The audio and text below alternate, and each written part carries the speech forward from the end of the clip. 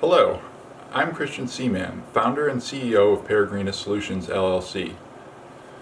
During these trying times, it's important for us to all pitch in and try to help out the less fortunate, our healthcare workers, and our neighbors. At Peregrinus Solutions, we're repurposing our 3D printers and trying to use them to create N95 masks to aid our healthcare workers. In this video, I'm going to be demonstrating some of these masks and how we produce them. What I did is downloaded this 3D printable file off of the original producer's website. I'll provide a link to that in the description of this video. This is the original size of the mask. Well, what I did is I've scaled it down and up. So this is 100%, this is 125. I kind of see the difference, or excuse me, 115%. This is about 78%. This is like a small child or something like that. And this is 85% here. So this is 100%. You can see on my face it's a little bit small.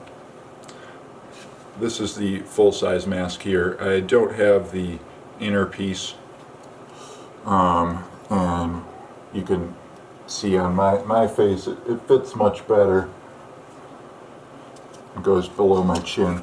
I also, it's a little bit difficult to see, in our version I used weather stripping that you could purchase at your local hardware supply store, and just put that around the inside to form a nice gasket against your face that would prevent the air from flowing in around the sides of your nose or underneath your chin.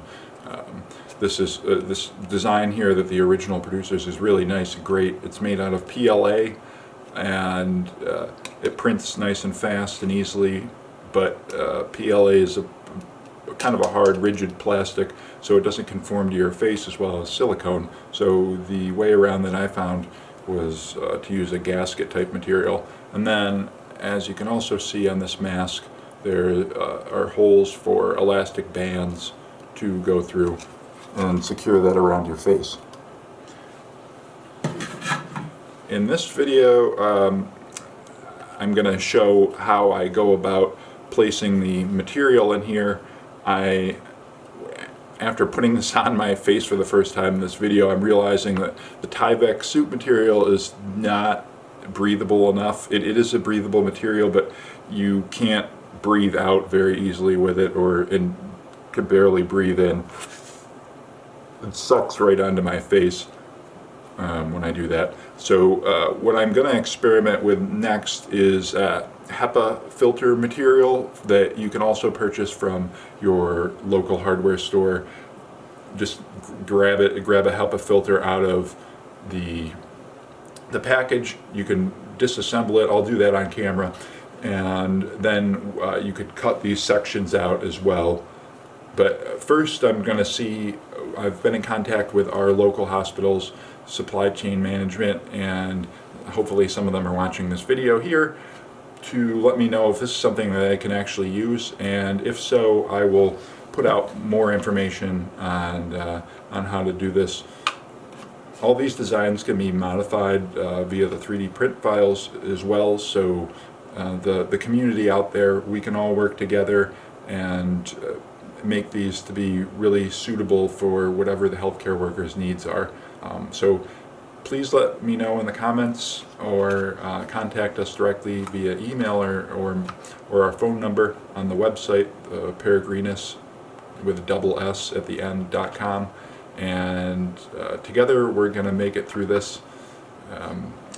We can all work together and we can do it.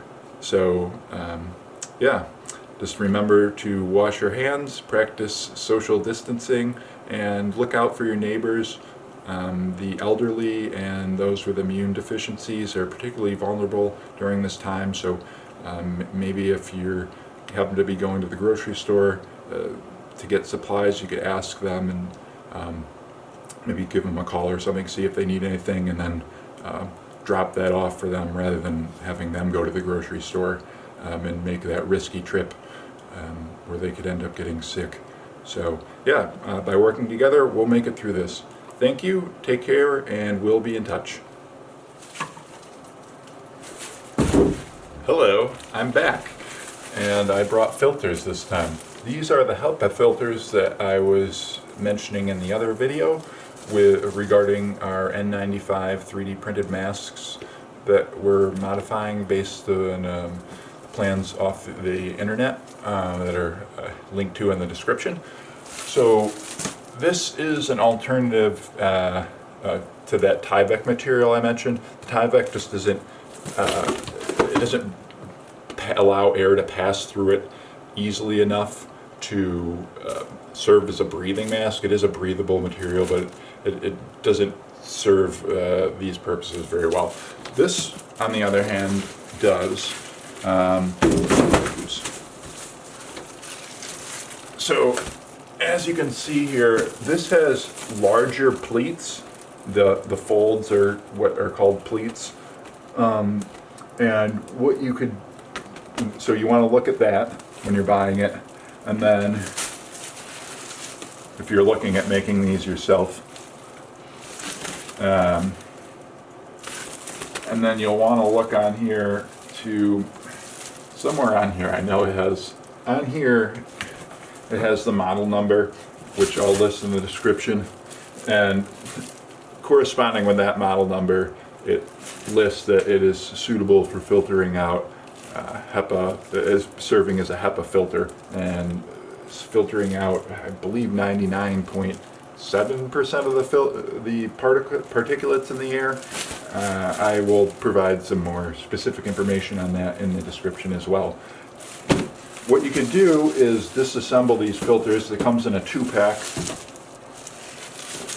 for extra savings, special value. What you can do is take these filters apart. They're a cardboard box material, and then you can fold the filter media. It's kind of like a cloth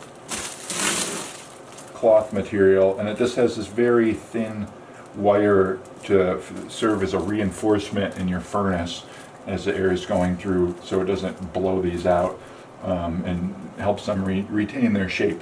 But if you remove this from there, you can cut the sections out like I showed in the other video and insert them into this opening here, and that will provide a much more breathable mask, so you don't get the sound like you're talking through a megaphone underwater. You can actually speak to the other person and breathe in, which is nice when you're wearing a mask. So hopefully that helps. I will provide some more information in the description, and yeah, let's try to help each other out, and we'll get through this. Thank you, and take care.